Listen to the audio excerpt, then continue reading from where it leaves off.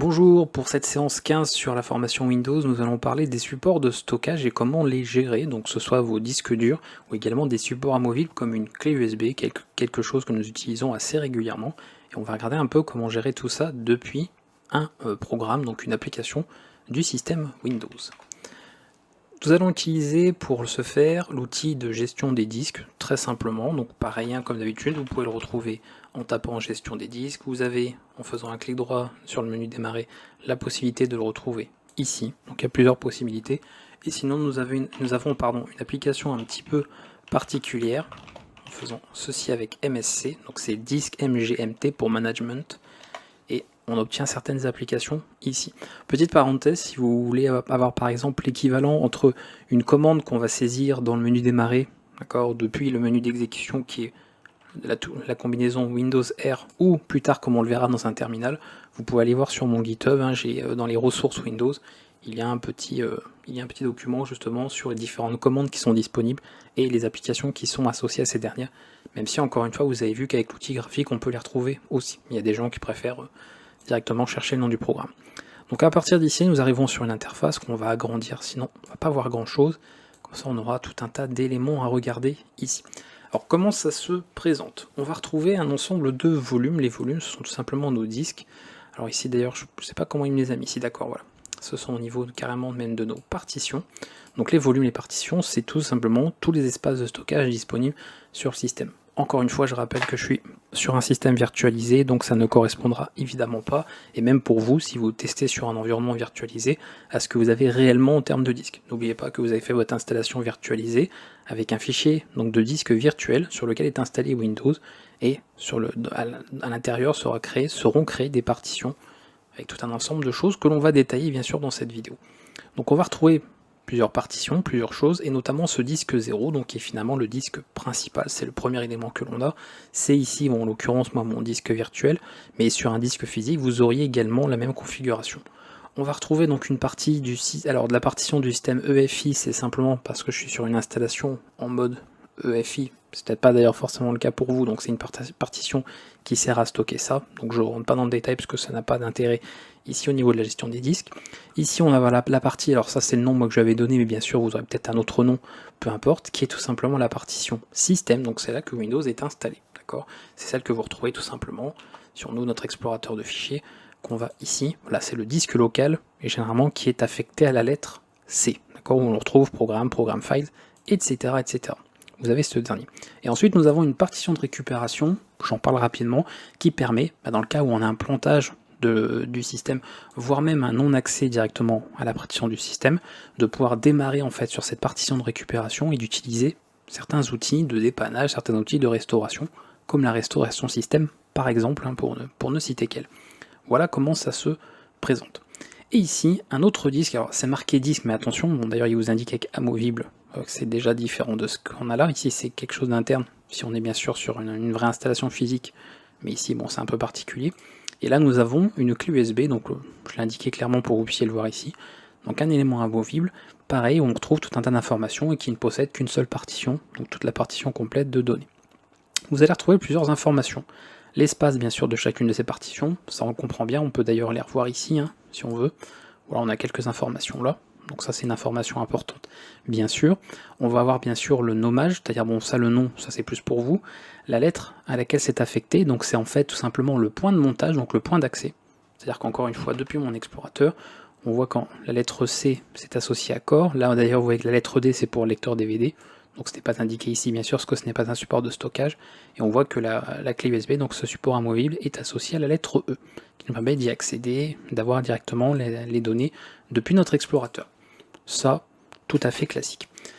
Qu'est-ce que vous allez pouvoir faire finalement, qu'est-ce que vous allez pouvoir gérer au niveau de cette interface? Eh bien pas mal de choses, un certain nombre de choses. Alors sur le disque système, honnêtement vous n'aurez pas tellement, on va dire, de choses à trifouiller, en tout cas, surtout on évite à ce niveau-là. Normalement vous avez installé votre système, il va automatiquement créer toutes les partitions dont il a besoin. Logiquement il n'y a pas grand chose à faire. Éventuellement on pourra avoir, dans certains cas, le besoin ou la possibilité de redimensionner la taille d'une partition. Tout simplement, Une partition pour vous est trop importante, vous voulez par exemple ici libérer, alors je vais bien évidemment pas le faire sinon je vais avoir des petits soucis au niveau de la vidéo, mais on aurait peut-être besoin par exemple de récupérer un espace libre, donc ce qu'on appelle un espace non alloué, pour créer éventuellement une partition pour autre chose, je ne sais quoi, et bien on pourrait éventuellement faire une modification donc de l'espace d'une partition. D'ailleurs même sur la clé ça pourrait tout à fait être fait. Alors à partir de là, en faisant un clic droit, on pourrait, alors plutôt ici, faire une modification par exemple de réduction du volume. Alors les temps, vous comprenez que c'est l'inverse, hein. C'est une partition par exemple qui aura un certain espace si on peut l'agrandir, et ça se fera bien sûr en fonction des possibilités, c'est-à-dire dans l'ordre dans lequel sont faites les partitions. Si ce sont des partitions primaires ou des partitions logiques, parce qu'on n'a pas forcément les mêmes fonctionnalités, les mêmes possibilités en fonction, et à partir de là, de pouvoir effectuer un certain nombre d'opérations. Donc là, c'est pour des usages quand même assez avancés. Normalement, vous n'avez pas forcément besoin de faire ça, et si besoin, de toute façon, il y a beaucoup d'outils que l'on verra plus tard hein, pour des utilisations beaucoup plus avancées sur la formation, pour pouvoir gérer tout ça. Donc généralement, le système, on n'y touche pas, on laisse tel quel. Par contre, pour la clé, on aura éventuellement d'autres choses intéressantes à ce niveau-là, notamment au niveau des formes. Donc je vous ai parlé ici de l'espace qu'on avait, je vous ai parlé aussi éventuellement de la lettre, du point d'entrée. Donc ça d'ailleurs c'est quelque chose que l'on peut changer. Alors ça va notamment concerner les gens parmi vous qui par exemple font du chiffrement de disques, donc un autre disque par exemple de données, hein, un disque interne, hein, un vrai disque, ou même simplement un support amovible. Bah, si vous ne voulez tout simplement pas qu'il soit accessible ici, parce que vous savez quand vous avez un disque chiffré, vous avez en fait un disque ici en format RAW, hein, pour ceux qui connaissent, et après vous pouvez le monter avec votre logiciel pour le déchiffrer, et à partir de là y accéder via un autre élément. Donc des fois on veut éviter d'avoir des doublons, des éléments inutiles, et on peut éventuellement supprimer les différentes lettres. Par exemple d'ailleurs on avait, bon, ici on voit qu'on a l'élément qui ne va pas, admettons qu'ici sur mon système virtualisé je ne veux pas de cet accès au lecteur de CD, puisque de toute façon il n'y en a pas sur mon système virtuel, enfin je ne veux pas l'utiliser, je vais faire modifier la lettre, et je peux, bon, tout simplement modifier la lettre disponible, en fonction de ce que le système propose, voire carrément la supprimer. Et dans ce cas-là, on va supprimer l'accès. Alors attention, ça ne supprime pas, ça ne formate pas, etc. Si vous faites ça par exemple sur un support, vous n'allez pas le formater, ça ne va pas effacer les données. Ça supprime simplement le lien qui dit que tel support, donc telle partition, hein, pour être exact, est associé à un point d'entrée, donc une lettre accessible depuis votre explorateur. Donc là, si je vais ici, vous voyez que je n'ai plus mon explorateur directement. À tout moment, comme j'ai tout accès au niveau de la gestion des disques, je peux sans problème modifier une lettre, donc en ajouter une nouvelle si on n'a plus. Je peux choisir, d'ailleurs je pourrais mettre M par exemple pour média, si on voulait que ce soit pas utilisé, et à partir de là, on va retrouver cet élément directement, d'accord. Et ils seront triés comme ça évidemment par ordre des lettres, hein, donc c'est alphabétique. Pas de problème à ce niveau-là. Donc ça je vais l'enlever parce que j'en ai pas besoin. Alors éjecter, bon ça va ouvrir mon lecteur CD, parce que oui j'ai un lecteur CD sur mon PC là, mais ça ne m'est pas utile. Donc pour le virtualiser, je l'enlève, comme ça je ne l'ai plus dans mon explorateur, c'est inutile. Surtout que, je l'avais déjà expliqué, mais dans l'explorateur, quand vous arrivez sur cette page, donc ce PC, vous avez tous ces éléments là qui chargent, donc moins il y en a et mieux c'est, ça accélère un peu le chargement de cette partie de l'explorateur. Donc si on peut enlever des éléments, ce n'est pas plus mal. Voilà pour cette petite partie ici. Qu'est-ce qui peut être utile, et c'est le principal intérêt de cette vidéo là, c'est tout ce qui va concerner le formatage. Je voulais pas forcément faire une vidéo sur le formatage en annexe, hein, dans un tutoriel, parce que c'est quelque chose qui revient quand même très régulièrement, donc je voulais que ça fasse partie essentielle de la formation et du cours, parce que c'est des choses que vous allez très souvent de manière récurrente faire, et c'est bien de savoir un petit peu quoi faire et comment pour faire les choses bien et ne pas se retrouver avec des soucis également à ce niveau là. Alors principalement, on va observer un certain nombre de formats, donc notamment ce qu'on appelle les systèmes de fichiers. Les systèmes de fichiers, sans trop entrer dans le détail non plus, en fonction de celui que vous utilisez, vous allez avoir accès à un certain nombre de fonctionnalités, et bien sûr, chacun a ses limitations ou propose des outils différents. Principalement, et vous l'avez remarqué peut-être pour certains d'entre vous, au niveau de la partition du système pour Windows, il fonctionne sur le format, donc le système de fichiers NTFS, d'accord. C'est le système qu'il utilise pour pouvoir gérer ça convenablement. C'est le système de fichiers qui est choisi quand vous faites une installation, il ne faut évidemment pas le changer, et vous l'avez tel quel. Si vous avez d'autres disques en interne, par exemple un jour vous achetez un autre disque, alors que ce soit un disque interne ou externe, d'accord, vous voulez pouvoir connecter partout, y compris pour faire une reconnaissance sur d'autres systèmes d'exploitation, je pense par exemple à GNU Linux, le NTFS est parfaitement reconnu à ce niveau-là, vous pourrez le formater avec ce format-là. Donc comment formater un disque? C'est très simple, on a deux possibilités, soit depuis l'explorateur, d'accord, on fait un clic droit, bien sûr, on ne forme pas n'importe quoi, on fait formater, et ensuite on peut, alors évidemment, je peux pas, mais sur la clé par exemple ici, on a cette petite interface de formatage avec la capacité effective de l'élément qu'on a, donc la partition en question, le fameux système de fichiers, vous voyez qu'on retrouve ici. Donc par exemple, cette clé pourrait tout à fait être formatée en NTFS, c'est proposé ici. Ça ne nous intéresse pas ici, je ne rentrerai pas dans le détail. Ça, c'est si vous voulez choisir un nom au volume. Et formatage rapide, c'est pour faire un formatage rapide comme c'est indiqué. Donc on ne va pas véritablement supprimer toutes les données. Et sinon, vous le décochez, ça fait un formatage lent. Et là, vous aurez une suppression un peu plus efficace. Donc ça, tout dépend bien sûr de vos besoins. Donc quel système de fichiers utiliser? Généralement, il n'y a pas trop de risque d'erreur, mais comme ça peut arriver de temps en temps, c'est bien d'expliquer un petit peu ce qu'ont chacun. On avait à l'époque du format FAT, voire même après du format FAT32. Donc alors le FAT n'est plus, je pense, utilisé, il y a très peu de chances que vous ayez un périphérique ou un outil qui utilise encore le format FAT, même au niveau de vieilles cartes mémoire. Donc normalement, il n'y a pas trop besoin d'en parler. Le FAT32 par contre peut être encore utilisé par certains supports. Donc quand vous proposez le formatage, généralement vous avez FAT16 ou FAT32, vous avez quelques, on va dire, systèmes de fichiers proposés. Il faut choisir le FAT32, notamment au niveau de la limitation, ne pas avoir, on va dire, de limitation au niveau du nommage, par exemple, des fichiers à l'intérieur de ce support, que le FAT16 par exemple avait davantage. Donc ça peut être intéressant à ce niveau-là. Et sur des éléments, donc des périphériques un peu plus modernes, et vous voyez d'ailleurs sur celui-ci, on a ce format exFAT. Donc c'est tout simplement une version étendue du format FAT qui permet notamment d'avoir des supports qui peuvent accepter des fichiers de plus de 4 Go. Alors il y a d'autres choses, d'autres particularités, mais ça c'est la principale. C'est que par exemple en FAT32, vous ne pouvez pas mettre de fichiers de plus de 4 Go dessus, d'accord, au niveau du système de fichiers. Donc si un jour vous avez besoin de fichiers de taille beaucoup plus importante, ce qui de nos jours arrive de manière, on va dire, beaucoup plus récurrente qu'à une certaine époque où avoir un fichier de plus de 4 Go c'était quand même assez rarissime, forcément le format exFAT est le bienvenu. D'ailleurs, vous remarquez, on l'avait montré, donc on va y accéder depuis là, gestion des disques, en faisant un clic droit je peux revenir sur le même menu. Donc on retrouve donc le même outil de formatage, et là généralement vous voyez que de toute façon il ne nous propose pas de FAT32.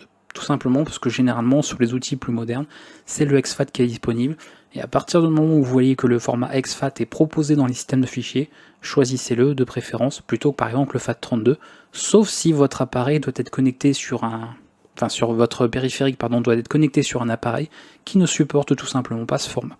Mais que ce soit sur Windows, même pour GNU Linux, par exemple cette clé USB, le exFAT elle pourra être lue et branchée sur un système GNU Linux, macOS, d'accord, ce sera reconnu, il n'y a pas de problème.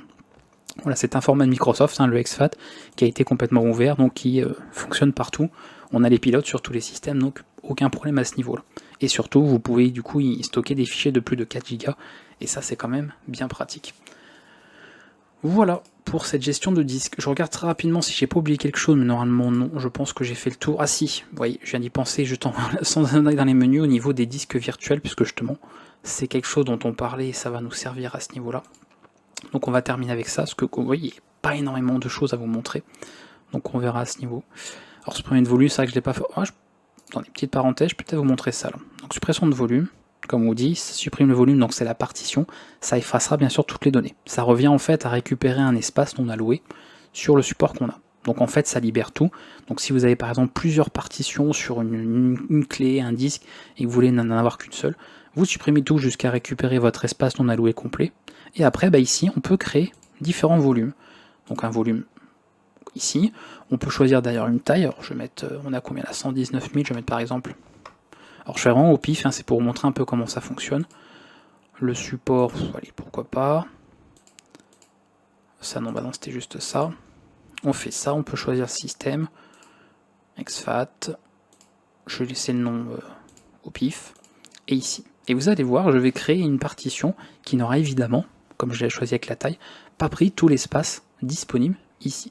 Donc en fait sur ma clé, j'ai réservé en fait une partition plus petite, qui est bien sûr accessible depuis mon explorateur puisque je lui associe une lettre, comme on l'avait vu, et vous voyez qu'elle est plus petite que la capacité totale de ma clé.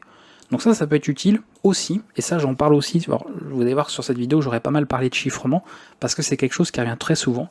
Des gens veulent utiliser une clé USB, et vous savez, une clé USB c'est quelque chose qui se perd très souvent. Alors, je me rappelle quand j'étais étudiant, on retrouvait très souvent des clés USB laissées en salle machine, ou à la cafette, etc. Bref, ça arrive très souvent. Et bien souvent quand vous avez une clé USB, vous allez éventuellement transporter des fichiers un petit peu confidentiels. Vous n'avez pas forcément envie que si vous la perdez, eh bien que ces fichiers confidentiels se retrouvent dans les mains de n'importe qui. Donc certaines personnes ont l'habitude d'utiliser une clé USB avec un espace qui est accessible, pas de problème, on peut y stocker un peu tout et n'importe quoi, et éventuellement un petit espace chiffré dans lequel on mettra des choses un peu plus confidentielles. Voilà, plutôt par exemple de forcément tout chiffrer, d'accord. On n'est pas obligé forcément de chiffrer toute la partition unique qu'on a sur notre volume, et dans ce cas-là, vous pouvez comme ça créer plusieurs partitions, et puis par exemple ici se dire, bon, celle-ci par la suite je pourrais créer un nouveau volume, alors peut-être pas de 68 Go non plus, mais dire par exemple je crée un volume de 20 Go. Alors c'était quoi? Pourquoi il met... Oui c'est ça, D. Je vais mettre à la suite un HI. Et puis par exemple là ce serait voilà, cryptid, je rappelle qu'on peut dire ça en anglais, mais sinon c'est chiffré en français.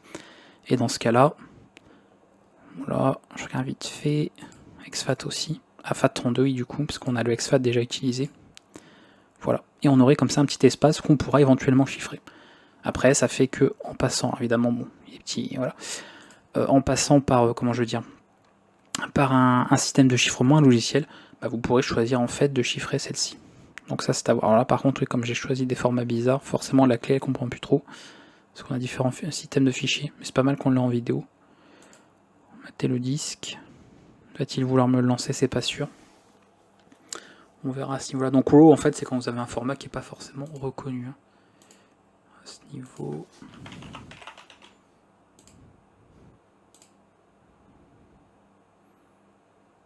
Est-ce qu'il le termine? C'est pas dit. Non, c'est pas dit.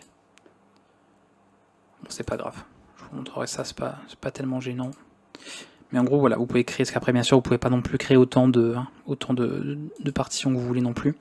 Mais vous pouvez comme ça séparer, d'accord. Vous créez par exemple une partition normale et encore une fois une partition un peu à part pour certaines données, voilà, en particulier. Donc là, il a fallu que j'utilise notamment tout le reste. Et sinon, on peut réduire le volume. Bon, ça, on retrouve la même chose, mais on s'en fiche. On va tout virer. Je vais refaire bien sûr une partition propre. Sinon, la clé sera plus vraiment très utilisable. Donc on supprime tout. Hop, nouveau volume. On va y arriver. Donc j'utilise bien sûr la totalité. Bon, de toute façon, peu importe la clé. exFAT. Et voilà. Voilà, comme ça, ça réutilise la totalité, bien sûr, de la capacité de la clé. Donc ça, sachez-le, voilà. Bien faire la différence, même si je rentre pas trop dans le détail, parce que c'est pas le but non plus de ce genre de vidéo, entre le volume que vous avez, donc le disque ou le périphérique, et les partitions qui en fait sont des éléments, des volumes à l'intérieur de votre périphérique, de votre disque, de votre clé USB, de votre disque externe ou autre. Donc, comme ça, on a différents éléments. Dernier point pour terminer cette petite vidéo, au niveau des disques virtuels, vous allez avoir possibilité d'en créer. Alors le disque virtuel, ça tombe bien, c'est ce que vous avez avec VirtualBox ou VMware ou n'importe quel logiciel que vous utilisez du genre, créer en fait un disque virtuel, comme vous voyez, qui contient votre Windows. Ce qui fait que vous avez en fait un fichier, d'accord, qui contient tout ce système là que je suis en train d'exécuter en vidéo. Donc à tout moment, comme c'est un fichier, je peux le copier, je peux faire un peu n'importe quoi dedans, je vais pas en fait poser de problème ou ça va pas avoir d'incident en fait sur mon vrai système ou sur simplement un autre système. Donc ça c'est l'avantage. Alors même si ici on s'en sert pour la virtualisation, on ne s'en sert pas forcément que pour ça. On peut aussi avoir besoin de s'en servir par exemple pour sauvegarder des données qui seront généralement, c'est pour ça que je le dis qu'on en parlait souvent dans cette vidéo, chiffrées, et on peut pour cela créer un disque virtuel directement depuis l'outil de gestion des disques de Windows. Donc par exemple ici, alors dans les actions, on va créer un disque dur virtuel. Alors je vais en faire un très rapide. On va aller dans bureau, je l'appellerai ODD, voilà, donc format VHT, disque dur virtuel, on va laisser tel quel. Je pense qu'il n'y a pas besoin de vous lire le détail, ça vous montre un petit peu voilà, tout ce qu'il faut en détail. Taille fixe, on l'avait vu également avec la création d'un disque avec VirtualBox, c'est pour avoir une taille qui est définitive, qu'on ne pourra pas changer, et extension, donc c'est en fait au fur et à mesure, mais ça ne pourra pas dépasser la capacité maximale que vous avez choisie. Donc par exemple, je vais faire un truc tout petit, 10 Go, je vais faire ça comme ça, et voilà. Et ici nous avons créé un disque virtuel, d'accord, avec tous les éléments que l'on veut. Éventuellement, on pourra travailler, je ne vais pas vous montrer tout en détail, mais on pourra comme ça travailler avec et se servir de ce disque-là. D'ailleurs, normalement, il y avait un menu attacher un disque virtuel. Ici, ODD, lecture seule, pas forcément besoin. Il est déjà attaché, il est déjà attaché, donc c'est bon celui-là. Ça, c'est par exemple, vous avez par exemple enregistré en fait ce disque virtuel sur une clé ou n'importe quoi. vous le transitez sur un autre PC, et hop, vous avez ce fichier qui vient d'arriver là sur votre système, et ensuite vous l'attachez, parce qu'il ne sera évidemment pas par défaut rattaché, puisque vous ne l'avez pas créé sur cette nouvelle machine. Donc ça, bon, c'est pour des usages très particuliers, je pense que vous ici ça ne vous concerne pas tellement, mais sachez qu'en tout cas vous pouvez utiliser ce genre d'outil directement là depuis la gestion. Attacher un disque virtuel, hop, et ici une petite suppression, terminé. N'oubliez pas que ce n'est qu'un fichier, vous le détachez, vous le supprimez et il n'existe plus, tout simplement. Donc ça c'est pour des usages particuliers, mais ça fonctionne très bien à ce niveau-là.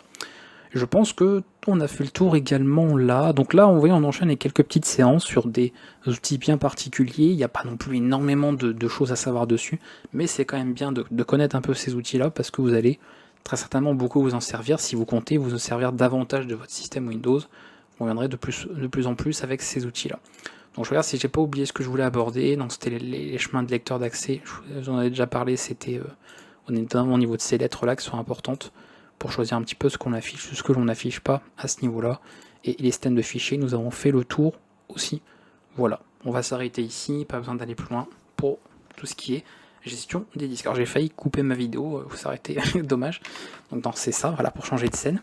Je vous dis en tout cas à bientôt pour la suite de cette formation, en tout cas de la suite de ces vidéos du cours Windows. Donc, on avance petit à petit sur ce nouveau chapitre avec pas mal d'outils comme ça pour avoir une utilisation plus que standard. On n'est pas seulement dans la navigation sur internet ou l'installation de logiciels, on est sur des choses que beaucoup de gens n'utiliseront pas forcément parce que ce n'est pas nécessaire, mais vous, si vous en êtes ici à ce stade de la formation, c'est que ce sont des fonctionnalités qui vous intéressent et que vous allez petit à petit apprendre en main, qu'à le dire, et à apprendre à utiliser pour la suite, avec tout ce que l'on verra justement prochainement au niveau de ce cours.